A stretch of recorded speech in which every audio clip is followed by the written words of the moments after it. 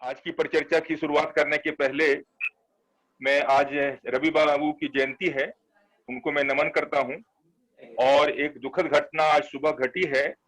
CSDS और लोकायन के संस्थापकों में से एक डॉक्टर धीरू भाई सेठ हम लोगों के बीच से गुजर गए हैं, तो हम लोगों की तरफ से उन्हें श्रद्धांजलि। हमारे बीच दो महत्वपूर्ण वक्ता हैं। एक डॉक्टर ऋतु प्रिया हैं जो जेएनयू में पढ़ाती हैं और जन स्वास्थ्य आंदोलन को आगे बढ़ा रही हैं पूरे देश में, और डॉक्टर ए के अरुण हैं जो कि जन स्वास्थ्य आंदोलन को पूरे देश में आगे बढ़ा रहे हैं। जो आज का विषय है वह है जन स्वास्थ्य आंदोलन की दिशा, क्योंकि जो कोरोना काल है, महामारी का जो काल है, उसमें वो साफ तौर पे दिख रहा है कि पूरे देश में ही नहीं, दुनिया में जो भी आधुनिक चिकित्सा की व्यवस्था है वह एक तरह से छिन्न भिन्न हो गई है और बड़े पैमाने पे कोरोना पीड़ित लोग मौत का शिकार हो रहे हैं। तो ऐसी परिस्थिति में जन स्वास्थ्य जो आंदोलन है उसकी एक बड़ी भूमिका बनती है और हमारा ये दायित्व बनता है कि जन स्वास्थ्य आंदोलन को एक व्यापक स्वरूप दें और इसकी दिशा क्या हो, इसके बारे में हमारे बीच दोनों वक्ता बारी बारी से अपनी बात रखेंगे। डॉक्टर ऋतु प्रिया। पहला तो ये कहना चाहूंगी कि ये स्वास्थ्य जो इतना निजी मुद्दा है, हर एक के जीवन मरण से जुड़ा है, विडंबना ये है हमारी कि यहाँ इतने आंदोलन हुए हैं मगर स्वास्थ्य के मुद्दे पे आंदोलन सड़कों पे कभी नहीं दिखा। कभी कभार हो जाता है कि लोग कोई कहीं तोड़फोड़ कर दिया, कहीं डॉक्टर को पीट दिया, कहीं कुछ कर दिया, अपना गुस्सा निकाल लिया, मगर संगठित तौर पे मुद्दे के तौर पे उस पे आंदोलन होता कहीं कोई प्रवाह नहीं दिखता है। तो है क्या ये आंदोलन और किसको हम जन स्वास्थ्य आंदोलन कहें जो जन उसमें है नहीं सड़कों पे, क्यों हम उसको जन स्वास्थ्य आंदोलन कहते हैं? ये सवाल था मेरे सामने। मैंने कहा कि जो हम लोग रोग किसको आंदोलन करेंगे? जो प्रचलित मान्यताओं और का विरोध करे और उसमें दूसरी दिशा बदलने की कोशिश करे, चाहे वो सरकारी हो, चाहे समाज में बदलने की बात हो, चाहे ज्ञान तंत्र में बदलने की बात हो। इनमें किसी में भी होगा तो वो एक आंदोलन का रूप ले सकता है। मगर वो निजी तौर पे जो हम रोज स्वास्थ्य के तौर पे हम डॉक्टर जो बताते हैं वो नहीं करते हैं, उसका विरोध भी करते हैं। हम लोग आंदोलन वालों में से तो बहुत लोग हैं जो डॉक्टरी व्यवस्था के भी खिलाफ होंगे और अपने जीवन में अन्य पद्धतियां अपनाते हैं इत्यादि इत्यादि। मगर संगठित तौर पे मुद्दों को उठाना, ये दो या तीन प्रवाह दिखते हैं जिनको जन आंदोलन के को मोटे तौर पे कहा जाता है। एक बड़ा प्रवाह एनजीओज का है जो सरकारी जो प्रोग्राम है या सेवाएं हैं उनको कार्यान्वित करने में मदद करते हैं। ऐसे हजारों की संख्या में है, चाहे वो सरकारी पैसे से चल रहे हों, चाहे वो विदेशी पैसे से चल रहे हों, संस्थाओं के पैसे से चलते हैं और वो संस्थागत सेवा प्रदान करते हैं। मैं उनको दिशा बदलने की तरफ कहीं नहीं देखती, इसलिए उनको आंदोलन में नहीं सम्मिलित करूंगी।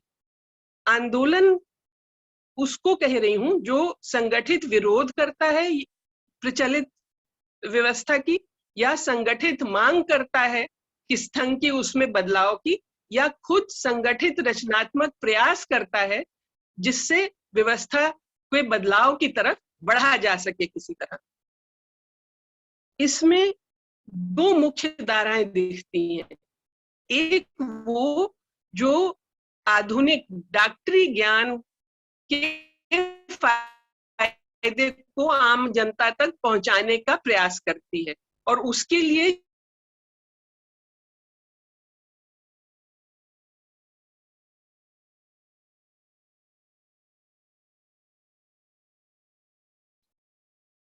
आवाज आपकी बंद हो गई है, डिस्कनेक्ट प्रवाह है। हाँ। जो समानांतर चलता है और वो है अन्य ज्ञान पद्धतियों को भी मान्यता दिलवाना सरकार के द्वारा, सरकार के बजट में, लोगों के प्रचलन में, और फिर उसके और आयाम और मुद्दे जो होंगे। तो ये दो प्रवाह जो हैं, इन पे मैं अपनी बात थोड़ा सा और डिटेल में रखती हूँ, क्योंकि इन दोनों को समझ के ही हम देख सकते हैं कि आगे कहाँ दिशा ले जाने की जरूरत है। जो दिशा है अभी की, उसमें इन दोनों के बीच तीसरी कोशिश भी है, वो है एक सेतु की, कि जो मॉडर्न व्यवस्था बदलने की कोशिश कर रहे हैं उसको जनसम्मत बनाने की कोशिश कर रहे हैं, और जो अन्य पद्धतियों को मान्यता दिलवाने की, उनको बढ़ावा देने की कोशिश कर रहे हैं। दोनों के बीच जनता के फायदे के हिसाब से कैसे सेतु बना जा सकता है, तो ऐसे कुछ प्रवाह वो भी देखे जा सकते हैं। इस प्रकार अगर ये जन स्वास्थ्य आंदोलन जनता का आंदोलन नहीं बन पाया है, वो जनसम्मत एक्सपर्ट्स का और अन्य कई पद्धतियों के डॉक्टरों का और ऐसे एक्टिविस्ट्स का जो स्वास्थ्य पे काम करते हैं और उसमें रुचि रखते हैं, ऐसे लोगों के प्रवाह हैं जिनको हम जन स्वास्थ्य आंदोलन कह रहे हैं। इसमें जो, जैसा मैंने कहा, एक जो है वो जो मॉडर्न डॉक्टरी व्यवस्था को जनता के पास ले जाने की कोशिश कर रहा है, उसमें दो समूहों के साथ मेरा निकट का संबंध रहा है, इसलिए उनके आधार पे जो मेरी समझ है वही मोटे तौर पे रखूंगी। एक है मेडिको फ्रेंड सर्कल, जो 1972 में तरुण शांति सेना के कुछ युवक डॉक्टर और गैर डॉक्टर लोगों ने मिलके आपस में, जब बिहार फेमीन हुआ था उसके बाद जब उन्होंने जो कैंप्स थे उनमें काम किया और उससे जो उनकी पीड़ा निकली उसको अपने और डॉक्टर दोस्तों के साथ शेयर किया, और उससे ये बात हुई कि इसको संगठित करें, और मेडिको फ्रेंड सर्कल तब बना था। इसमें उसके बाद अनेक विचारधाराओं के लोग जुड़े हैं, और अब 50 साल होने जा रहे हैं, तो इसमें पिछले कम से कम 40-80 से मेरा भी रिश्ता रहा है, तो उसमें सर्वोदय से लेके और एक्सट्रीम लेफ्ट जिसको कहते हैं, तब सब विचारधाराएं इसमें पाई जाती हैं। 2000 में जन स्वास्थ्य आंदोलन बना, उसका नाम ही जन स्वास्थ्य, जेएसए जन स्वास्थ्य आंदोलन है, जो 2000 में बांग्लादेश में एक वैश्विक स्तर पे सम्मेलन किया गया। 2000 में, अगर आप लोगों को ध्यान हो, प्राथमिक स्वास्थ्य की बात हुई थी, हेल्थ फॉर ऑल बाय 2000, ये WHO और यूनिसेफ का नारा था। तो 2000 आ गया था और स्वास्थ्य तो सबको मिला नहीं था, इसको लेके ये कॉन्फ्रेंस की गई थी, और उसमें से दुनिया के पैमाने पे पीपल्स हेल्थ मूवमेंट निकला, और वो नेटवर्क आज भी सुचारू रूप से चल रहा है, कहीं ज्यादा कहीं कम। उसका इंडिया चैप्टर था जन स्वास्थ्य अभियान, और बांग्लादेश में क्यों हो रहा था, तो बड़ा जत्था भारत से ही गया था, और जन स्वास्थ्य आंदोलन उसने अपने को नाम दे लिया था, और तब से वो चल रहा है। इसमें मार्क्सवादी रुझान के लोग और संगठन, पीपल साइंस मूवमेंट, ये अगुवा रहे हैं, मगर और मेडिको फ्रेंड सर्कल भी इनका एक सदस्य, और बहुत लोग दोनों में हैं, मेरे जैसे ऐसे और भी बहुत हैं। जन स्वास्थ्य अभियान को माना गया कि ये जनता के बीच लेके जाएगा। मेडिको फ्रेंड सर्कल तो नीतिगत और ज्ञान की बातों पे चर्चा करके उसको दिशा बदलने की बात करता है, जनता के बीच ले जाने का काम जन स्वास्थ्य आंदोलन करेगा। कुछ हद तक कुछ मुद्दे उठाए भी गए हैं उसके द्वारा, मगर मोटा तो जैसे मैं कहा, सड़क पे नहीं, वो इन्हीं नीति और ज्ञान के क्षेत्रों में ही उसका कुछ हस्तक्षेप रहा है।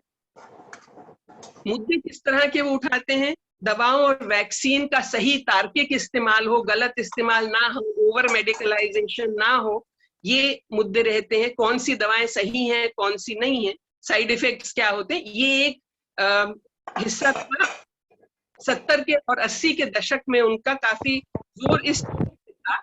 दूसरा इस पे था कि प्राथमिक स्वास्थ्य सेवाएं कैसे बने। उस समय तक डॉक्टर और अस्पताल ही पूरा स्वास्थ्य सेवा का स्वरूप था, और उसमें उन्होंने स्वास्थ्य सेवाएं प्राथमिक स्वास्थ्य स्तर पे कैसे हों, गांव में कैसे हों, और गांव में डॉक्टरी के अलावा और क्या मुद्दे हैं जिससे लोगों के स्वास्थ्य पे असर पड़ता है। जैसे उन्होंने खेसरी दाल का मुद्दा उठाया था कि जो मजदूरों को सिर्फ ये दिया जाता है उससे उनके स्वास्थ्य पे क्या असर पड़ता है, एक बड़ा उन्होंने सर्वे करके और ये मुद्दा खड़ा किया था देश में। तो इस तरह के मुद्दे उन्होंने प्राथमिक स्वास्थ्य और स्वास्थ्य पे जो असर पड़ता है खान पान से, पोषण से, पर्यावरण से, पानी, स्वच्छता, आजीविका कैसी हो, इस सब को जोड़ के वो स्वास्थ्य को देखते थे। 90 में जाके ये हुआ कि जो वैश्वीकरण का दौर चला जिसमें सरकार हाथ पीछे खींचने लगी स्वास्थ्य सेवाओं से और निजीकरण, प्राइवेटाइजेशन की ओर पूरी नीति बढ़ी, तो उसमें ये सब और जो सवाल थे कि डॉक्टरी में क्या कमियां हैं और अन्य पद्धतियों की भी क्या जरूरत है देश में, उनका महत्व क्या है, ये सब जो मेडिको फ्रेंड सर्कल में मुद्दे उठ रहे थे वो कहीं दब गए, क्योंकि मुद्दा ये बन गया कि सरकारी जो मुफ्त में सेवाएं मिलने की बात कम से कम थी और कुछ बनने लगा था, वो हमसे फिर खींच लिया जा रहा है, लोगों के हाथ से फिर खींच जा रहा है। तो राइट टू हेल्थ केयर का नारा और उसी पे आंदोलन 10, 12, 15 साल चला। उसके काम से और अन्य कारणों से भी नेशनल रूरल हेल्थ मिशन बना, जिसमें सार्वजनिक व्यवस्था को फिर से तरजीह देने को और उसे सुसंगठित करने के लिए कोशिश की गई। और उसी के दौरान मेरे ख्याल में बिहार में और अन्य जगह कहीं जहां पीएचसी पे ताले पड़ गए थे वो कम से कम ताले खुले और कुछ ना कुछ सेवाएं वहां मिलने लगी। इसमें हुआ ये है, राइट टू हेल्थ का फोकस बनने से और जो डॉक्टरी इलाज की कमियां हैं उन पे कम सवाल उठने से, कि जो अन्य पद्धतियों के सवाल थे उनको भी देखना कम कर दिया गया जन स्वास्थ्य अभियान और मेडिको फ्रेंड सर्कल में। और मूल बात ये हो गई कि स्वास्थ्य सेवाएं लोगों को कैसे मिले। वैश्विक स्तर पे भी प्राथमिक स्वास्थ्य के बजाय यूनिवर्सल हेल्थ कवरेज, जिसका मतलब सबको डॉक्टरी सेवाएं मिले, और वो कैसे मिले, ऐसे कि उनका खर्चा उनको वहन ना करना पड़े। तो वो कैसे होगा, ये ऑप्शन नहीं कि सरकार द्वारा वो खर्चा दिया जाएगा, वो इंश्योरेंस द्वारा दिया जाएगा। तो यूनिवर्सल हेल्थ कवरेज का मतलब इंश्योरेंस कवरेज से था। ये वैश्वीकरण के दौर के बाद का मुद्दा निकला इंटरनेशनल स्तर पे, और यहाँ पे आंदोलन ने इसके खिलाफत की, कहा कि इंश्योरेंस बेस पे नहीं हो सकता। सरकार कहीं भी जहां भी कोशिश की गई है उसकी अंतरराष्ट्रीय स्तर पे देखें तो उन्होंने काफी विश्लेषण करके दिखाया कि वो कारगर हो नहीं सकता। गरीब तक इंश्योरेंस के थ्रू, चाहे सोशल इंश्योरेंस करे, सरकार प्रीमियम दे, तो भी नहीं पहुंचेंगी सेवाएं, और बहुत ज्यादा खर्चीली हो जाएंगी, और सार्वजनिक पैसा के कोष से वो प्राइवेट हाथों में जाने का जरिया बनेगा। मगर अब इस सरकार ने आयुष्मान भारत का कार्यक्रम लाया है, उसी मुद्दे को लेके लाया है, उसी ढंग से जिसके खिलाफ आंदोलन चलता रहा है। प्राइवेट सेक्टर के भ्रष्टाचार को उजागर करने के लिए भी काफी काम किया है इन्होंने, उसकी स्टडीज भी करके, उसको लिखित में भी लेके, और उसके रेगुलेशन के लिए क्या हो उसकी व्यवस्था के लिए क्लिनिकल एस्टेब्लिशमेंट एक्ट जो सरकार लाई, वो भी आंदोलन के कुछ मेंबर्स ही उसमें अगुवा थे सरकार के साथ वो बनवाने में। तो चाहे वो एनआरएचएम हो, चाहे ये क्लिनिकल एस्टेब्लिशमेंट एक्ट हो, इनकी कमियां भी बहुत हैं, मगर इनमें अगुवाई आंदोलन के लोगों की रही है और इनसे जनता का कुछ ना कुछ फायदा हुआ है, ये लगता है हम लोगों को। एक मुद्दा और जो महत्व का रहा है और आज भी है और आज भी उठा रहे हैं, वो है डॉक्टरी शिक्षा का, और उसका निजीकरण ना हो इसके लिए, क्योंकि डॉक्टरों की जो कमी बताई जाती है सरकारी सेवा में, वो अगर प्राइवेट कॉलेज से निकलेंगे तो सरकारी में आने का कोई सवाल नहीं, जो खर्चे वो करवाते हैं इत्यादि इत्यादि। और चौथा सवाल उठाते हैं वो एथिक्स का, डॉक्टरी एथिक्स का, और जो भ्रष्टाचार डॉक्टरी और प्राइवेट अस्पतालों के स्तर पे होता है उसके खिलाफ ये सब जो रेगुलेशन वाली बात मैंने बताई वो उन्होंने उठाई। अंतरराष्ट्रीय स्तर पर भी जो मुद्दे हैं, जो जैसे दवा के दाम के, तो WTO ट्रिप्स का जो असर होता है दवा के दाम पे, दवा मुहैया होने के करीब देशों में भी और गरीब को, वो मुद्दे काफी प्रमुखता से उठाए हैं उन्होंने। WHO, वर्ल्ड बैंक, अब तो bill and Melinda Gates foundation सबसे बड़ा है, ये सब जो अंतरराष्ट्रीय स्तर पे कार्यक्रम चलाते हैं, कार्यक्रम को प्रमोट करते हैं आगे, उनके वो हमारे लिए उपयुक्त हैं कि यही इस पे सवाल उठाते रहे हैं। तो इसमें मुद्दा अब ये है कि दिशा अब इस स्तर पे है कि राइट टू हेल्थ केयर हो, लोगों को डॉक्टरी सेवाएं मिलें और ऐसे ढंग से मिलें कि वो सरकार उनका वहन करे और सरकार ही सेवाएं अपनी पुख्ता करके लोगों तक पहुंचाए। इसमें उन सेवाओं की अंदर डॉक्टरी कमियां जो है डॉक्टरी पद्धति की, उस पे सवाल बहुत कम उठाए जा रहे हैं। वो अगर उठाए जा रहे हैं तो जो समानांतर अन्य पद्धतियों के प्रवाह हैं उनमें उठाए जा रहे हैं उनके द्वारा, या कुछ पब्लिक हेल्थ वाले लोग हैं वो भी उठा रहे हैं। अब जो अन्य पद्धतियों के प्रवाह है उसमें सरकार ने तो उनको नाम आयुष दे दिया। जिन 7 पद्धतियों को मान्यता सरकार ने दी है उनका नाम आयुष बना दिया। आयुर्वेद, यूनानी, योगा, नेचुरोपैथी, सिद्धा, स्वरिगपा जो तिब्बती है, और होम्योपैथी। इनके जन आंदोलन अगर कहें किसी को, या जो प्रमुख धारा है उससे फर्क दिशा देने की कोशिश कर रहे हैं, उनमें बहुत इन हर पद्धति के डॉक्टर हैं, जो वैद्य हैं, हकीम हैं और अन्य जो उसकी सेवा देने वाले हैं, वो सवाल कई तरह के उठा रहे हैं। उनकी शिक्षा कैसी होनी चाहिए, उनके सरकारी बजट कितना मिलना चाहिए, उनको सरकारी सेवाओं में कितना स्थान मिलना चाहिए। मगर जो ज्ञान वाला मुद्दा उठा रहे हैं वो बहुत कम है इसमें। वो ये मुद्दा उठा रहे हैं 2 तरह का, कि शोध किस तरह का हो, कि आधुनिक जीवन के साथ आज की दुनिया में वो अपने को कैसे स्थापित कर सकें, अपने ज्ञान को कैसे स्थापित कर सकें, शोध कैसे करें कि उनकी ज्ञान प्रणाली आगे भी बढ़े, सिर्फ जो चला आ रहा है पुरातन काल से वही ना चलता रहे, उसमें आज की जो समस्या है उनको भी जोड़ के देखा जाए, उनके अनुसार भी उनकी पद्धति चले। और इसके लिए शिक्षा कैसी हो आज ये रहा है इन स्थानों में। और अरुण जी हैं, वो होम्योपैथी के बारे में अपनी बात तो रखेंगे ही, उसके अलावा इन सब मुद्दों पे भी जरूर रखेंगे।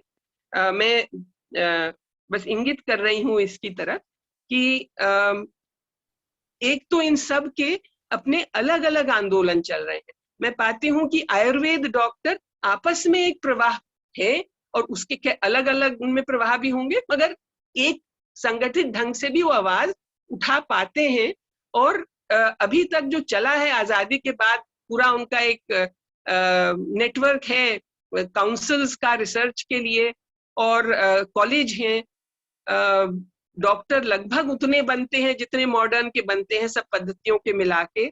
ये सब इसलिए हो पाया कि आजादी के दौरान उन्होंने अपने को संगठित करके आयुर्वेदा कांग्रेस, यूनानी कांग्रेस इस तरह की बनी थी, और इसलिए संगठित रूप से वो प्रेशर डाल पाए सरकार पे, और अभी तक वो चल रहा है। तो हर पद्धति का अपना अपना प्रवाह चल रहा है, आपस में मुझे बहुत तालमेल नहीं दिखता है। सिद्धा वाले तमिलनाडु में बहुत पुरजोर अभी कोविड में उन्होंने बहुत काम किया है, और सरकारी तौर पे भी हाई कोर्ट ने कहा सरकार को कि आप क्यों नहीं इनकी सेवाएं ले रहे, और सिद्ध को सरकारी तौर पे बहुत बढ़ावा दिया गया कोविड के दौरान। ऐसे ही केरल में आयुर्वेद का इस्तेमाल काफी किया गया, देश के बहुत हिस्सों में होम्योपैथी का इस्तेमाल किया गया कोविड के लिए, मगर सरकारी तौर पे सरकारी सेवाओं में ये सब किया गया प्रिवेंशन के नाम पे, बचाव के नाम पे। पेशेंट्स को ट्रीट करने का इलाज का, कोविड का इलाज करने की छूट सरकार ने नहीं दी है इनको। अब अगर पेशेंट को छूने की, उसको इलाज करने की सुविधा नहीं मिलेगी तो ना शोध हो सकता है, ना कोई पद्धति दिखा सकती है कि उसके जो इलाज है वो कारगर है कि नहीं है। तो ये विडंबना हमारे सामने इन दोनों, इन अन्य पद्धतियों और मॉडर्न के बीच की है। मॉडर्न का वर्चस्व जिस तरह का है, वो ये सरकार जिससे उम्मीद थी कि ये कम से कम अन्य पद्धतियों को कुछ कर पाएगी, कुछ तो किया है, बजट भी बढ़ाया है काफी, और नई अलग मिनिस्ट्री भी बनी है, मगर आंदोलन के तौर पे अभी अपने ज्ञान की मान्यताओं पे खड़े होके इलाज हो सके, मिनिस्ट्री अपनी मान्यताओं पे खड़े होके और प्रचलित करे इन धाराओं को, ऐसा नहीं हो पा रहा है। मिनिस्ट्री भी और इन प्रवाहों के बहुत लोग ऐसे हैं जो अपनी दवाओं को कैसे प्रचलित कर दें। विदेश में इनकी कंपनियां और दवा कैसे प्रचलित हो। चीनी दवाई बहुत चलती है दुनिया भर में परंपरागत, हमारी भी कैसे चले, और उसमें खासकर जोर रहता है आजकल आयुर्वेद और योग पे। तो इन प्रवाहों के जो अपनी कोशिशें बहुत पुरजोर चल रही हैं, उनमें दो प्रवाह हैं। एक जो डॉक्टरी, जो दवाओं के प्रचलन को बढ़ाने की कोशिश में है, और दूसरे जो कहते हैं नहीं, दवाएं तो हमारे प्रणाली का एक छोटा हिस्सा है, रोज की जीवनचर्या, ऋतुचर्या इत्यादि इत्यादि जो सब और हिस्से हैं हमारी प्रणालियों के ज्ञान के, वो आप उनको हटाइए मत, उनकी मूल जो स्वर है उसको रहने दीजिए और उसी के आधार पे चलना चाहिए। ये मुझे लगता है आंदोलन का रूप है जिसको आगे बढ़ावे की जरूरत है। इसी का एक दूसरा हिस्सा है जिसको सरकार बिल्कुल नजरअंदाज कर रही है, वो है जड़ी बूटी से इलाज करने वालों का, परंपरागत प्रणाली वाले जो डिग्री नहीं प्राप्त करते कॉलेज में, और वो भी एक बड़ा प्रवाह है जो संगठित हुआ है। उन्होंने अपना राष्ट्रीय स्तर पे भी लोक स्वास्थ्य संवर्धन अभियान बनाया है, और हर राज्य में, लगभग हर राज्य में उन्होंने अपनी इकाई बना ली है। जब जन स्वास्थ्य अभियान का अभी सम्मेलन हुआ तो हम ये भी सफल हुए कि वहां पर उनका एक करीब 100 के करीब प्रतिनिधि उसमें हिस्सा ले पाए। तो उनके लिए अभी उनकी मुद्दे भी आयुष वालों से अलग हैं, क्योंकि वो मान्यता प्राप्त है ही नहीं, और उनको आज क्वैक और इलीगल मान के उनपे और कार्रवाई भी होने का डर रहता है उनको। तो उनके लिए कैसे काम हो, उनके आंदोलन की वजह की एक सफलता ये रही है कि उसमें उनकी मान्यता के लिए क्वालिटी काउंसिल ऑफ इंडिया के साथ मिलके और मिनिस्ट्री आयुष पे प्रेशर डाल के foundation for research in local health tradition, Darshan Shankar ji, Hariram ji, इन लोगों की मेहनत से अब उनके लिए एक सर्टिफिकेशन का तरीका बना है जो बहुत ही नायाब है, और उस पर अपन और डिटेल बात कर सकते हैं आगे चल के। मगर ये एक आंदोलन की तो कुछ सफलताएं रही हैं आंदोलन की, मगर वो एडवोकेसी और नीतिगत मुद्दों पे नीति के में हस्तक्षेप करके हुई हैं, जनता का प्रेशर बनाकर नहीं हुई। अब आगे सवाल ये है कि अब कोविड के जमाने में जनता का प्रवाह बनाने का संभावना है। कुछ मुद्दे की संभावना बनी थी, जैसे जब गोरखपुर कांड हुआ, बच्चे 2017 में मृत्यु हुई थी, या अभी मुजफ्फरपुर में 2 साल पहले हुआ। तो कोशिश होती है कि इनसे थोड़ा जनता के बीच मोबिलाइजेशन हो सके, स्वास्थ्य के मुद्दों पे और गहराई से बात हो। मगर कोविड ने जिस तरह से इन मुद्दों को उठाया है और जिस स्तर पे, वो पहले कभी हुआ नहीं है। तो इस मौके पे हम कैसे इसको आगे दिशा देनी चाहिए, ये सवाल हम सबके सामने। तो रितु जी ने बहुत साफ तौर पे कहा कि अभी यह जो जन स्वास्थ्य आंदोलन है वह एक आंदोलन, प्रतिवाद का आंदोलन नहीं बन पाया है। अभी एक तरह से पॉलिसी एडवोकेसी तक ही ये बातें हैं, अब इसको एक प्रतिवाद का आंदोलन या जनता तक इसको ले जाने की जरूरत है। तो हम चाहेंगे कि हमारे बीच डॉक्टर A.K. अरुण हैं, जिन्होंने काफी कुछ काम किया है इस पर, तो वो अपनी बात रखें। और यह प्रतिवाद का आंदोलन कैसे बन सकता है, जनता का आंदोलन कैसे बन सकता है, जन स्वास्थ्य आंदोलन, उस पर भी अपनी बात रखें और आगे की दिशा क्या हो। मैं अपनी बात शुरू करूंगा जहां ऋतु जी चर्चा कर रही थी, वो उसी बात को मैं आगे बढ़ाते हुए जन आंदोलनों के रूप में जन स्वास्थ्य को हम कैसे खड़ा करें, क्योंकि कोविड-19 ने बहुत स्पष्ट रूप से हमारे सामने एक खाका रख दिया है और उसने दो तरह से हमको एजुकेट किया है। पहले तो कि हम क्या हैं, हमारे लिए हमारा आईना हमें दिखा दिया है कि पिछले 70-75 वर्षों का जो पूरा भारत में जन स्वास्थ्य का पूरी जो तैयारी है वो कितनी है। और दूसरा कि जन स्वास्थ्य के नाम पर कॉरपोरेट कैसे सक्रिय होकर काम करते हैं और जिसको कहते हैं ना आपदा में अवसर, तो वो कैसे आपदा में अवसर कॉरपोरेट ने उठाया है, वो दोनों सीन हमारे सामने है, जनता के सामने है। मैं अपनी बात शुरू करने से पहले इस बात को स्पष्ट रूप से रखना चाहूंगा कि पारंपरिक स्वास्थ्य और खास करके आयुष के बारे में जिसकी चर्चा ऋतु जी कर रही थी, उसको निश्चित रूप से अच्छी तरह से पूरी तरह से इस कोविड-19 मैनेजमेंट में, कोविड-19 के प्रिवेंशन में या कोविड-19 को डील करने में उसको बिल्कुल अलग थलग रखा गया है। कहने को नोशनल रूप से आयुष का नाम है और काढ़े वगैरह बंटवाए गए हैं, बस आप उससे ऊपर कहीं आयुष को इसमें देखेंगे नहीं। होम्योपैथी तो वैसे भी आयुष में एंड होम्योपैथी है। आयुष का जो पूरा डिटेल्स करेंगे तो आयुर्वेद, यूनानी, नेचुरोपैथी, सिद्धा और एंड होम्योपैथी है। तो होम्योपैथी तो उसमें कहीं है ही नहीं। जो अपने स्तर पर कुछ लोग कर भी पा रहे हैं, तो उसमें भी बहुत तरह की दिक्कतें, मुझे ही बहुत दिक्कत महसूस हो रही है। अलग अलग डॉक्टर अलग अलग डफली बजा रहे हैं। एक यूनिफॉर्मिटी और एक जो साइंटिफिक नॉर्म्स होता है किसी भी विधा को पब्लिक के बीच में ले जाने का, वो उसका अभाव है, क्योंकि जो रेगुलेटरी अथॉरिटी है वो कोई बहुत जिम्मेवारी से इस काम को कर नहीं पा रही, जिसका नतीजा ये है कि होम्योपैथी या आयुष सिस्टम को लेकर एक चमत्कार वाला जो लोगों के मन में इमेज है, वही इमेज सामने है। और उस चमत्कार के रूप में आप देखेंगे कि अलग अलग व्यक्ति अपना एक वीडियो बनाकर डाल देता है और उस वीडियो को लोग फॉलो करने लग जाते हैं, जो बहुत ही दुर्भाग्यपूर्ण है, कम से कम इस आयुष सिस्टम के लिए। और आयुष सिस्टम के बारे में जो हम उम्मीद पाल के बैठे हैं, जैसे ऋतु जी हैं, हम सब लोग जितने भी हैं, और खास करके हिंदुस्तान जैसे मुल्क में जहाँ की एक बहुत बड़ी आबादी आधुनिक चिकित्सा व्यवस्था का लाभ नहीं ले पाती, उस मुल्क में कम से कम एक बहुत ही मुकम्मल और बहुत ही अच्छी चिकित्सा पद्धति को इस्टेब्लिश करने की जो दिक्कतें हैं, वो उसमें मैं इसको भी गिनता हूं कि इसको एक चमत्कार के रूप में हमारे में से कुछ डॉक्टर प्रस्तुत करते हैं और वो फिर वीडियो सोशल मीडिया के माध्यम से आ जाते हैं।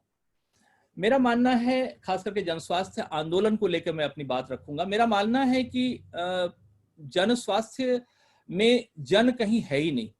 आप देखें कि जब से कोविड-19 का एक आतंक आया 2020 के शुरुआती महीनों में, फरवरी मार्च में, उस समय से लेकर आप अभी तक देखें तो मुख्य रूप से प्रशासन सीन में आया। प्रशासन की दबंगई, पुलिस की सख्ती, कानून व्यवस्था, यही सब कुछ सामने आया। यानी कि एक महामारी से निपटने के लिए पुलिस और पुलिस के जो पुराने हथकंडे हैं, डंडा चलाना, किसी को प्रताड़ित करना, किसी पर मुकदमा ठोक देना, जुर्माना लगा देना, उसी तरीके से इस महामारी को डील किया जा रहा है। नतीजा क्या है कि आज जब महामारी का एक घातक संस्करण आपके सामने है, तो आप ऑक्सीजन के लिए, जरूरी दवाओं के लिए, अस्पताल में बिस्तरे के लिए संघर्ष कर रहे हैं। ये तो हाल राजधानी का है, जहां पर कि हम उम्मीद करते हैं कि बहुत लोग भी थोड़े बहुत जागरूक हैं और सरकार, दोनों स्तर की सरकारें, राज्य के स्तर की सरकार और केंद्र की सरकार कम से कम उपस्थित है। बावजूद इसके यहाँ जो हाहाकार है, तो आप देश के दूसरे हिस्सों में क्या स्थिति होगी उसका अंदाजा लगाइए। मेरा मानना है कि जन स्वास्थ्य में जन गायब है और इसका पूरा उपयोग कॉरपोरेट कर रहा है। इसलिए आप देखेंगे कि 2020 में जब कोविड-19 की पहली लहर थी और उसमें लोग महज संक्रमित ही हो रहे थे, इतने घातक रूप से वो उनकी मौत नहीं हो रही थी, इतना विभत्स रूप नहीं था, संक्रमित हो रहे थे 10-15 दिन तक, उस संक्रमण की वजह से उनको जो परेशानियां हो रही थी, उसी समय कॉरपोरेट ने अपना पक्ष स्पष्ट कर दिया था। 10 लाख से लेकर 15-20 लाख रुपए तक एक व्यक्ति के इलाज पर कॉरपोरेट के अस्पताल में कोविड-19 के मरीजों का मैनेजमेंट हो रहा था और सरकार की तरफ से कोई गाइडलाइन नहीं थी, सरकार की तरफ से कोई नियंत्रण नहीं था। लोग अपनी जिनके पास साधन था वो पैसा दे देकर प्राइवेट अस्पतालों में जा रहे थे। उसके बाद जो दूसरी लहर आई तो आपने देखा कि इसमें लोग बिल्कुल एक तरह से असहाय थे क्योंकि उनके पास कोई चारा नहीं था। खास करके ये कोविड-19 का जो मैनेजमेंट है उसमें ऑक्सीजन की जरूरत या फिर कुछ ऐसी दवाएं जो बहुत महंगी हैं, वो अब कितनी जरूरी दवाएं हैं, वो कितना उपयोगी है, हालांकि इस पर बहुत कंट्रोवर्सीज हैं, अलग अलग डॉक्टर्स, अलग अलग इंस्टीट्यूशंस की अपनी अपनी राय है। बावजूद इसके आप देखें कि उन दवाओं की कालाबाजारी अभी भी जारी है। ऑक्सीजन सिलेंडर की कालाबाजारी हो रही है। ऑक्सीमीटर एक छोटा सा यंत्र है जो 400-500 रुपए का उसकी कीमत होती है, वो 3000-4000 रुपए में मिल रहा है। ऑक्सीजन कंसंट्रेटर जो एक तरह से ऑक्सीजन जनरेटर के नाम पर बेचा जा रहा है कि आप घर में एक ऐसी मशीन रख लें, उस मशीन की जो वाजिब कीमत है वो 30-35 हजार रुपए है किसी भी अच्छी कंपनी की, लेकिन वो मशीन 1.25 लाख 1.5 लाख रुपए में बेची जा रही है, जो 20-25 हजार रुपए की 35 हजार रुपए की मशीन है और वो भी ब्लैक में बेची जा रही है। सरकार की नजरों में है सब कुछ, सरकार छापे मार रही है, 2-4 मशीनें बरामद कर रही है। तो कुल मिलाकर ये जो पूरा दृश्य है इसमें कॉरपोरेट, सरकार, पुलिस, प्रशासन ये सब मजे ले रहे हैं और जनता परेशान है, जनता दुखी है। बहुत सारे हमारे मित्र जो चिकित्सक मित्र हैं उनको भी नहीं मालूम कि दवा की कौन सी मात्रा, कितनी मात्रा कब किसको देनी है, ये उनको नहीं मालूम है।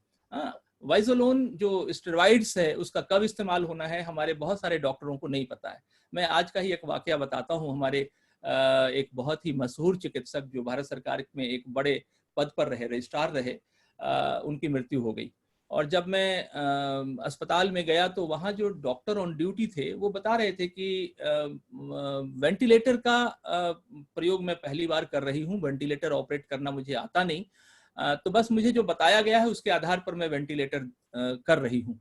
मैंने कहा लेकिन डॉक्टर आप एनेस्थीसिया या किसी भी वेंटिलेटर एक्सपर्ट को तो बुला लीजिए। तो उन्होंने कहा कि ये उपलब्धि नहीं है, हम ही लोग जो कर पा रहे हैं। अंततः उनकी मृत्यु हो गई। इस तरह से बहुत सारी मौतें दर्ज हुई हैं जो अचानक से अप्रशिक्षित मेडिकल डॉक्टर्स के द्वारा हैंडल किए जाने से हुई है, जिसको कि रोका जा सकता था। सरकार का जो रुख है वो भी हम सब देख रहे हैं। सरकार की प्राथमिकताओं में कभी भी जन स्वास्थ्य नहीं है, पहले भी नहीं था, आज तो बिल्कुल ही नहीं है। सरकार की प्राथमिकता में वो सेंट्रल विस्टा है, उसका पीएम हाउस है,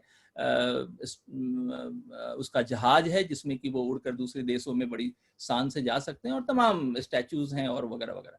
तो मुझे लगता है कि जन स्वास्थ्य आंदोलन को मजबूत करने की बहुत जरूरत है और आने वाले समय में जब महामारियों से आप जूझेंगे, आपका देश जूझेगा और एक आम आदमी जूझेगा, तो आपके पास कोई रास्ता नहीं, कोई चारा नहीं, कोई अकाउंटेबिलिटी नहीं है। इसलिए मुझे लगता है कि जितने भी जन आंदोलन हैं वो जन स्वास्थ्य को एक प्राथमिकता के सूची में रखें और उसके लिए रितु जी ने संभवतः उसका जिक्र किया होगा। जन स्वास्थ्य आंदोलन को लेकर एक बात बहुत पहले से, करीब 20-25 वर्षों से चल रही है।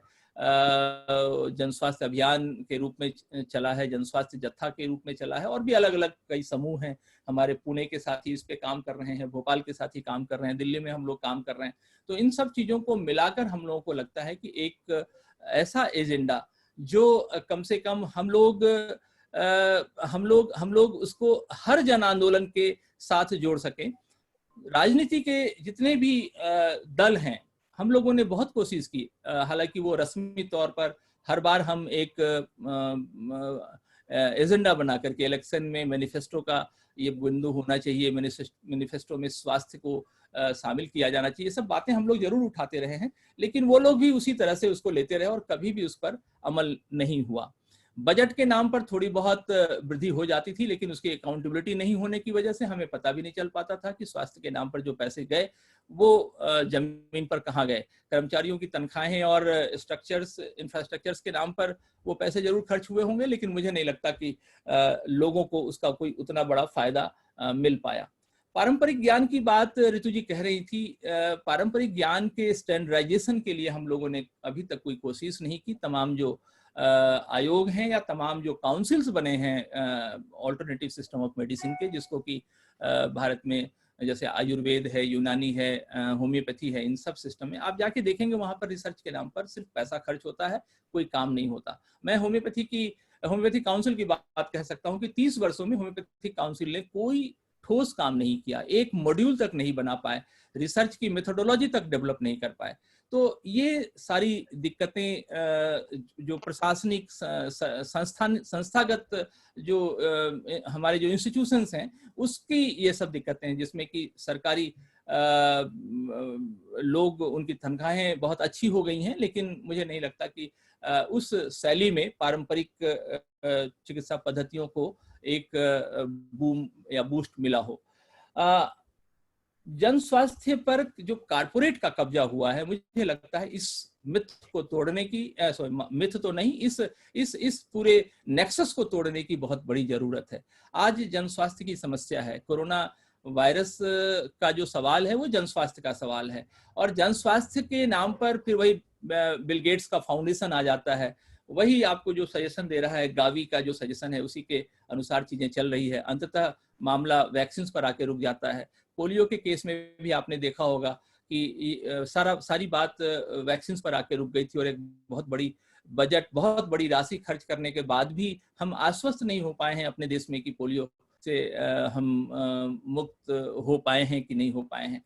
तो मेरा मानना है कि जब तक हम इस तरह के मुद्दों को लोगों के बीच में नहीं ले जाएंगे, जब तक हम उसको पब्लिकली अकाउंटेबल नहीं बनाएंगे, जब तक हम लोगों को बुनियादी रूप से उसके बारे में एजुकेट नहीं कर पाएंगे, तब तक कुछ हो नहीं सकता। सरकार का और कारपोरेट का जो नेक्सस है वो पिछले 1 साल में बहुत अच्छी तरह से उभर के सामने आया है।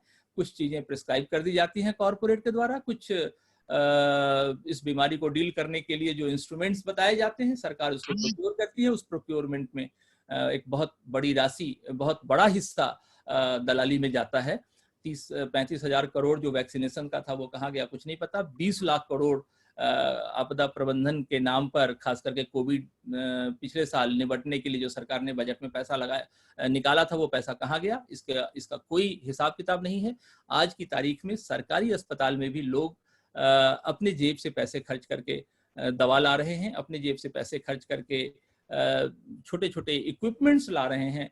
ऑक्सीजन का जो मास्क होता है, सिलेंडर से जोड़ने वाला जो ट्यूब होता है, वो सब अपने अपने पैसों से लोग खरीद कर ला रहे हैं। सिरिंज तक अस्पतालों में नहीं है। दिल्ली के 2 बड़े अस्पतालों की बात मैं बता सकता हूँ जहाँ पे हमने अपने 2 काबिल डॉक्टर मित्रों को खोया है जो बीमारी के बाद वहाँ एडमिट थे और उनकी अंततः मृत्यु हो गई। इसका एक कानूनी पक्ष भी है जिसको कि हम लोगों को समझना चाहिए। आमतौर पर जो एपेडेमिक एक्ट लगाया गया है, उस एपेडेमिक एक्ट को देखिए, वो बड़ा ही ड्रैकोनियल एक्ट है और ये एक्ट बहुत पुराना है, 100 साल 125 साल पुराना ये एक्ट है। इस एक्ट को किसी ने चैलेंज नहीं किया। पुलिस डंडे मारती है और बहुत ही अजीबोगरीब तरीके से डंडे मारती है। प्रशासन और स्वास्थ्य विभाग में, यानी कि अस्पताल के डॉक्टरों के बीच का जो क्लैश है वो आप अखबारों में देख रहे होंगे।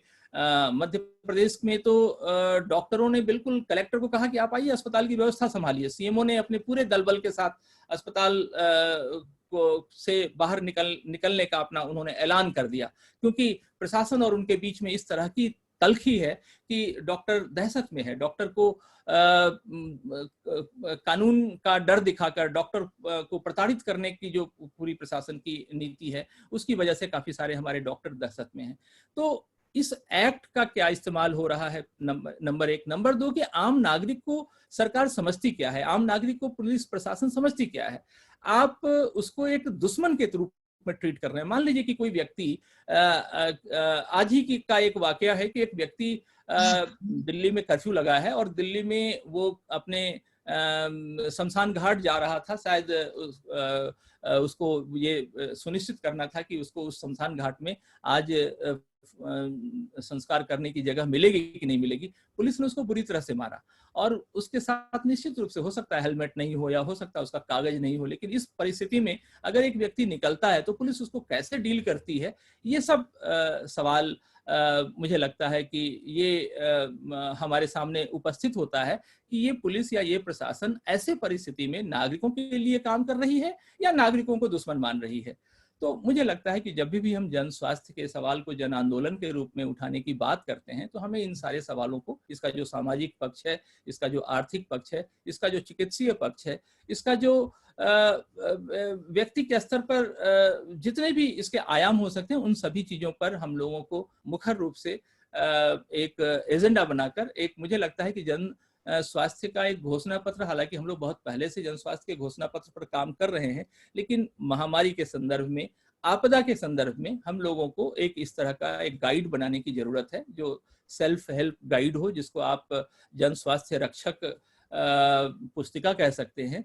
और विशेष रूप से उन इलाकों में जहां पर बहुत ज्यादा चेतना नहीं है, जैसे पहाड़ का इलाका है, आदिवासी राज्य है, आदिवासी जिले हैं, वहां पर बिल्कुल चेतना नहीं है, उनको हम कैसे शिक्षित करें, वहां के जो पारंपरिक ज्ञान है जिसका इशारा ऋतु जी कर रही थी, उसको हम कैसे उसके साथ जोड़ें, उसकी वैज्ञानिकता हम कैसे सुनिश्चित करें, हम कैसे ये तय करें कि जो पारंपरिक ज्ञान है वो निश्चित रूप से इस तरह की महामारियों को डील कर लेगा, ये भरोसा हम कैसे दिला पाएं। इन सब चीजों पर जन आंदोलनों को काम करने की जरूरत है।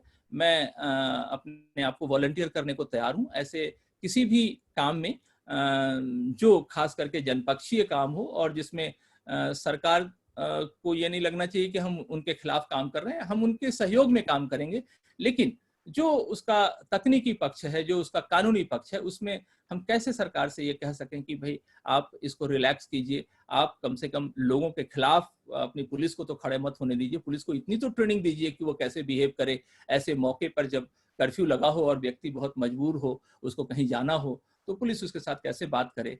चिकित्सक के ऊपर जो दबाव होता है उसको हम कैसे, पैरामेडिक्स स्टाफ या पुराने जमाने में मुझे याद है कि जब मैं स्कूल के दिनों में था, आज से करीब 30-35 साल पहले, तो स्काउट्स में हम लोगों को फर्स्ट एड की ट्रेनिंग दी जाती थी।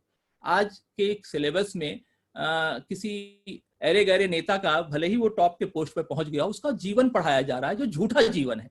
ऐसी चीजों को हम कैसे अपने स्तर पर कम से कम अपने जहां जहां हमारा प्रभाव है, लोगों का जहां जहां प्रभाव है, वहां पर हम कैसे प्राथमिक उपचार की चीजें, बुनियादी जो जीवन से जुड़ी जरूरत की चीजें हैं, आग से बचने का, तूफान से बचने का, महामारी से बचने का, ये जो बेसिक ज्ञान है उसको हम फिर से कैसे स्कूलों में पाठ्यक्रम में शामिल करा सकें। ये सब चीजों को अगर हम ध्यान में रखकर अगले कुछ महीने लगातार बैठकों के माध्यम से, लगातार चर्चा के माध्यम से एक डॉक्यूमेंट बना पाए, तो मुझे लगता है कि एक अच्छा काम हम कर पाएंगे। और उसमें मैं मेरी अगर कोई भूमिका आप लोगों को दिखती है तो मैं तैयार हूँ। मैं तो निवेदन करूंगा ऋतु जी से और तमाम हमारे बहुत सारे ऐसे साथी हैं जो जन स्वास्थ्य पर काम कर रहे हैं, उन सबको जोड़कर, जो जन आंदोलन के लोग हैं, घनश्याम जी और तमाम इस तरह के लोग जो एक लंबे अरसे से आंदोलन में जुड़े हैं, आप स्वास्थ्य को आंदोलन का एक मुख्य विषय मानकर आप एक इस तरह का आंदोलन आहूत कर सकते हैं और उसमें हम लोग अपनी भूमिका निभाने को तैयार हैं। धन्यवाद अरुण जी, बहुत ही आपने भयावह तस्वीर खींची है और एक आगे का रास्ता भी बताया है, और कैसे जन आंदोलन बनाया जाए जन स्वास्थ्य को, इसके बारे में भी आपने बातें स्पष्ट की हैं। एक जानकारी मैं देना चाहता हूं, आज ही हमारे कार्यकर्ताओं के साथ बैठक थी जिसमें कार्यकर्ताओं ने कहा कि अभी जो परिस्थिति पैदा हुई है उसमें ज्यादातर लोग टाइफाइड का और मलेरिया का शिकार हो रहे हैं, और उनसे जब कोविड के मुकाबले उसमें ज्यादा मौत हो रही है, और इन लोगों को बचाने में बड़ी भूमिका जो है, जिसको झोला छाप डॉक्टर कहते हैं, उनकी बड़ी भूमिका हो रही है।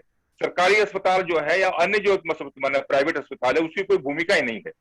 तो ये जो भूमिका मैंने आप लोग उसको कैसे देखते हैं, जो झोला छाप डॉक्टर जिसको कहते हैं, क्विक कहते हैं, आप जैसे डॉक्टर हैं या ऋतु जी जैसे लोग जो मैंने विशेषज्ञ हैं, आप लोग इसको कैसे देखते हैं? किस तरह से जन आंदोलन जो है मैंने इनको संगठित करके हम कैसे मैंने जन स्वास्थ्य आंदोलन में जोड़ सकते हैं? ये सवाल मेरे मन में आज उठा। हाँ जी, मैं एक छोटी सी टिप्पणी करना चाहूंगा। आपका प्रश्न लगभग हम सब लोगों का सवाल है, वो हम सब लोगों का भी प्रश्न है। एक छोटी सी टिप्पणी मैं ये करना चाहूंगा कि एक तो सबसे बड़ी दिक्कत क्या है कि आपदा प्रबंधन की कोई नीति हमारे देश में है नहीं। महामारी एक आपदा की तरह आई है और इसके लिए कोई भी नीति हमारी सरकार की नहीं है, जिसको कि आपने देख लिया कि ऑक्सीजन की किल्लत के बाद इस सरकार को तमाम उच्च न्यायालयों ने, सर्वोच्च न्यायालय ने, तमाम और संस्थाओं ने, नागरिक समुदाय ने इतनी फटकार लगाई, लेकिन ये इतनी मोटी चमड़ी वाली सरकार है कि इसके ऊपर कोई असर नहीं आया। और आज भी सत्ताधारी दलों के जो प्रवक्ता हैं चैनलों पे बैठ के बकवास कर रहे हैं, वो कह रहे हैं उसके पास कंटेनर नहीं है, वो उठा नहीं पा रहा, ये फला ढिका। लेकिन सच्चाई ये है कि लोग मर रहे हैं। सारे अस्पताल के बड़े चिकित्सा अधीक्षक इस बात को आके बता रहे हैं कि हमारे यहाँ ऑक्सीजन पहुंच नहीं रहा है, हम आपकी लड़ाई को नहीं समझते। आपने जो बात कही वो बहुत महत्वपूर्ण है।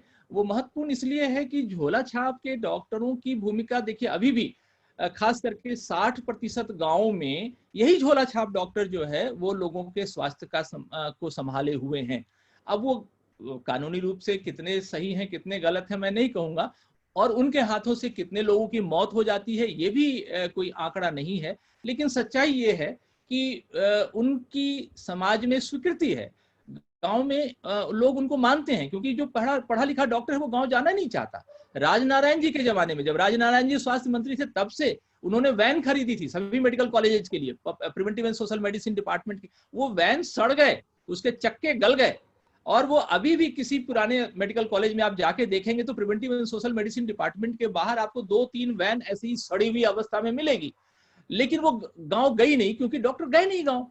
तो निश्चित रूप से झोला छाप डॉक्टरों की बहुत बड़ी भूमिका हो सकती है, लेकिन ऋतु जी भी इस बात को कहती हैं, लेकिन मुझे डर इस बात का लगता है कि ये जो चुनौती है ये वैश्विक चुनौती है।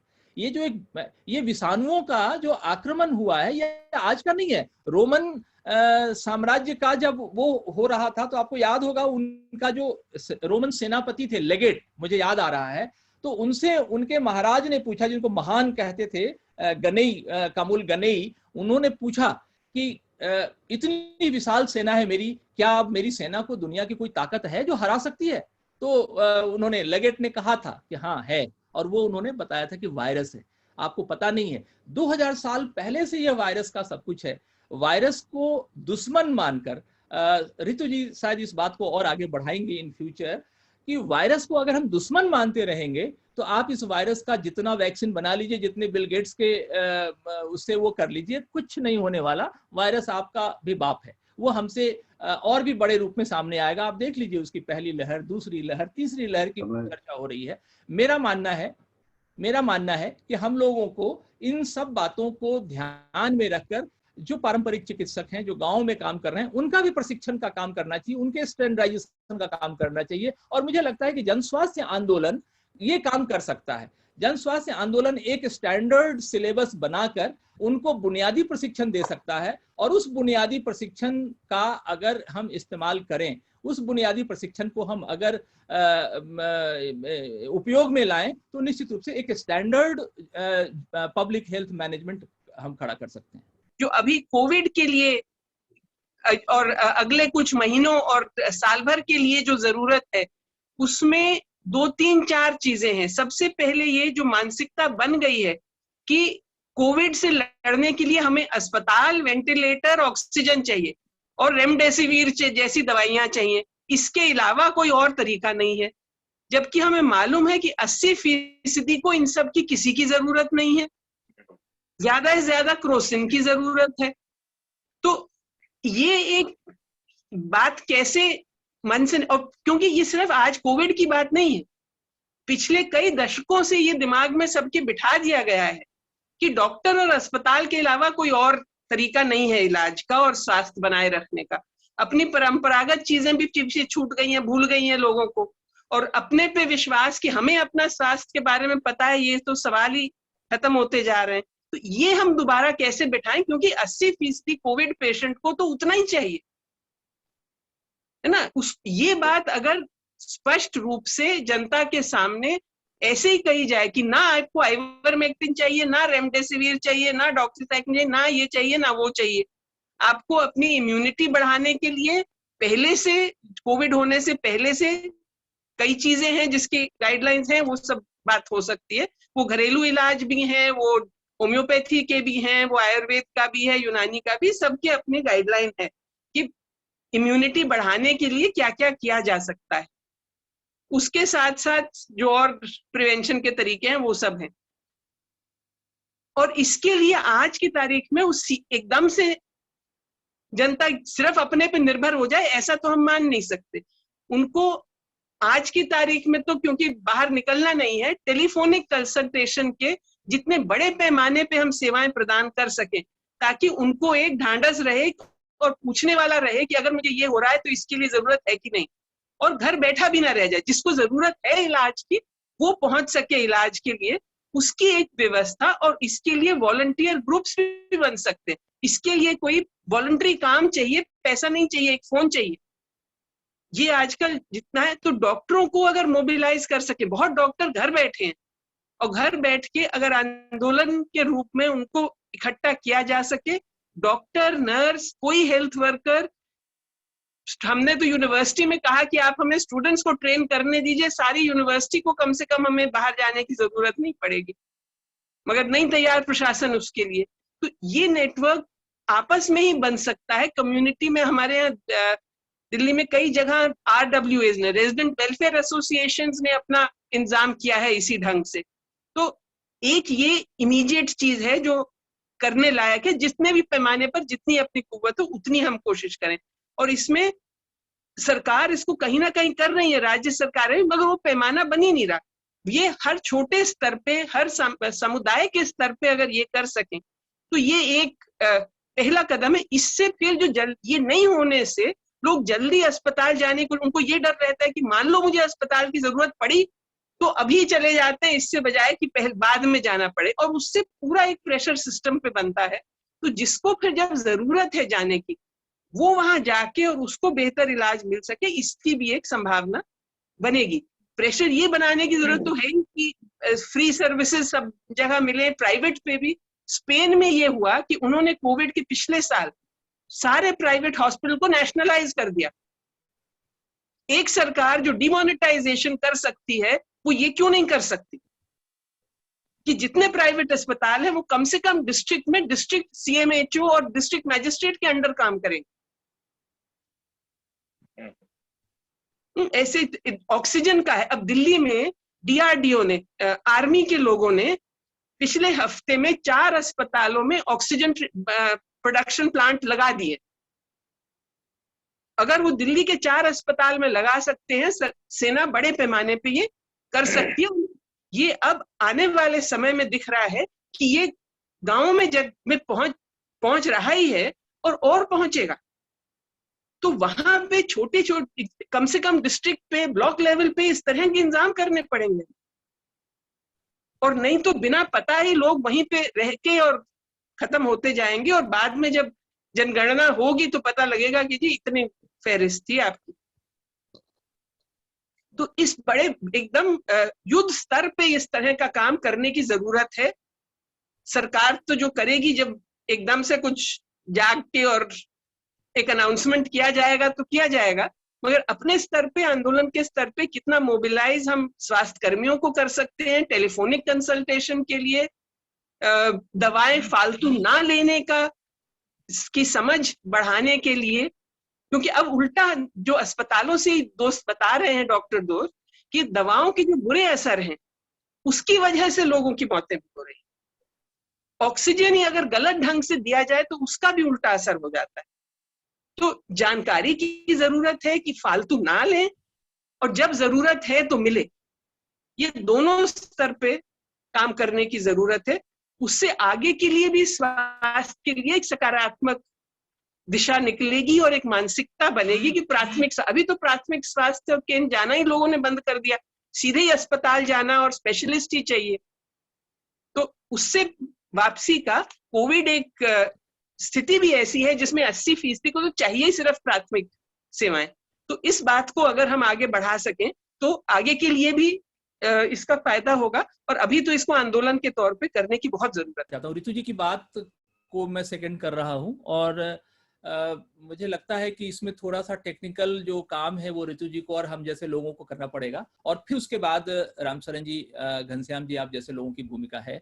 मुझे लगता है कि एक किताब डेविड वार्नर की जो बहुत चर्चित किताब है, where there is no doctor, उसी तरह से लोगों को एक छोटा सा पैम्पलेट बना देना चाहिए और उसकी प्रामाणिकता के लिए उस पर तमाम जो ऋतु जी हैं और हम जितने भी लोग हैं जिनकी क्रेडिबिलिटी है समाज में, खास करके जन स्वास्थ्य के क्षेत्र में, उनकी तरफ से ये पैम्पलेट्स जाना चाहिए। उस पैम्पलेट्स में बुनियादी रूप से डूज डू नॉट्स होने चाहिए, जिसका इशारा ऋतु जी कर रही थी। निश्चित रूप से मैं मान रहा हूं कि इस समय जो पैनिकी सिचुएशन है, गांव से उठकर एक हल्के बुखार का भी व्यक्ति किसी सुपर स्पेशलिटीज में आकर, और हम लोगों के पास, क्योंकि हम लोग दिल्ली में हैं, तो हम लोगों के पास बहुत दबाव है कि उनको तुरंत किसी बड़े अस्पताल में दाखिला करा दीजिए, उनको वेंटिलेटर दिलवा दीजिए, जबकि उसको उसकी कोई जरूरत नहीं है।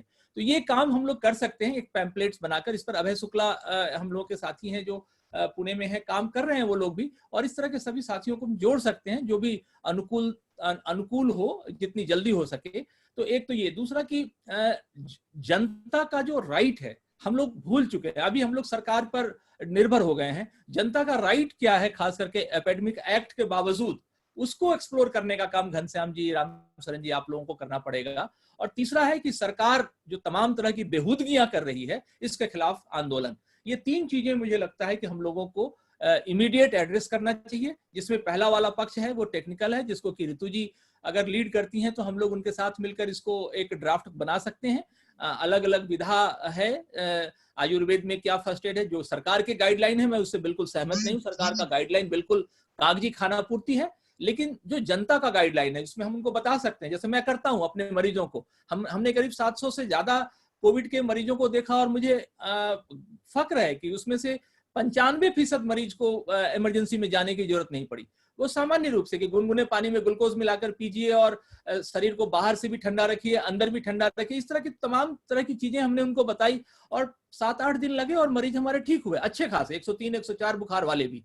तो इस तरह की चीजें हम एक पैम्पलेट्स के रूप में दे सकते हैं। और बाकी का जो दो पक्ष है, घनश्याम जी आप लोग उस पर विचार कीजिए, हम सब लोग भी उसमें शामिल होंगे, लेकिन जो टेक्निकल वाला है उसको ऋतु जी लीड करें, मैं उसमें उनके साथ सहयोग करूंगा। और भी जो साथी हैं, अभय शुक्ला और तमाम, उन सब से भी मैं निवेदन करूंगा कि वो सब मिलकर एक इस तरह का ऑथेंटिक पर्चा, जिसको कि सब लोगों की मान्यता हो, वो पूरे देश में अलग अलग भाषाओं में बनकर जाए। आजकल तो सोशल मीडिया के माध्यम से वो फैल सकता है, जब रूमर इतनी तेजी से फैलता है तो ये क्यों नहीं फैलेगा। हम चाहते हैं कि इस पर रितु जी भी कुछ अपनी बात रखें। एक तो डिसेंट्रलाइज किया जाए, इतना सेंट्रलाइज एक जगह पे आप पूरा देश भर के लिए चाहते हैं कि कंट्रोल का तरीका निकाल दें, जबकि देश के अलग अलग हिस्सों में, राज्यों में, हर जिले में, हर ब्लॉक में अलग स्थिति है कोविड की भी। तो उसके लिए स्थानीय स्तर पे ज्यादा छूट दी जाए। स्थानीय स्तर पे हर डिस्ट्रिक्ट और ब्लॉक का जो इंचार्ज है, उसके तहत जितनी स्वास्थ्य सेवाएं हैं उन सब का संचालन करना, और ताकि वो सेवाएं सबसे ज्यादा कारगर ढंग से दी जा सके।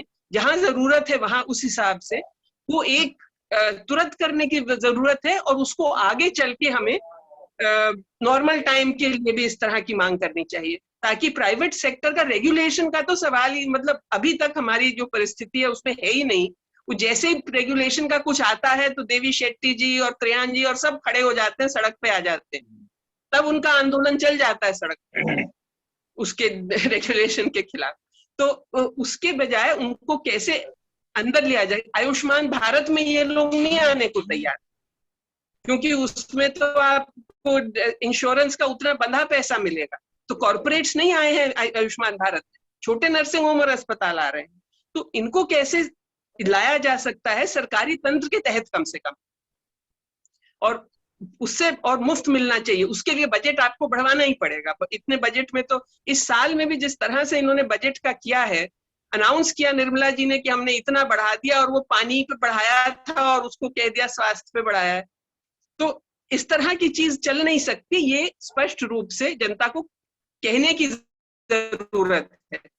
इसका आंदोलन हम कितना खड़ा कर सकते, ये सवाल है। और तीसरा, जैसा मैंने कहा कि लोगों को शिक्षित, जो बात पहले कही चुके अरुण जी भी, कि उसके क्या जरूरी है इलाज के लिए और क्या गैर जरूरी है, ये बात स्पष्ट रूप से आगे बढ़। सिर्फ एक लाइन, पब्लिक ऑडिट का काम जो है ना, अगर आप इसको उठाएं, पब्लिक ऑडिट हर जगह, हर जिला अस्पताल, जिला स्तर पर कि जितने भी सरकार के पैसे आए हैं वो गए कहाँ। आज अमेरिका से ये सवाल उठ रहा है, बाहर के विदेशों से जो सहायता आई है वो सवाल उठा रहे हैं कि हमने जो सहायता दी थी वो जनता तक पहुंचे कि नहीं पहुंचे। ये काम यहाँ के जन आंदोलन को उठाना चाहिए। मुझे लगता है घनश्याम जी बहुत महत्वपूर्ण है।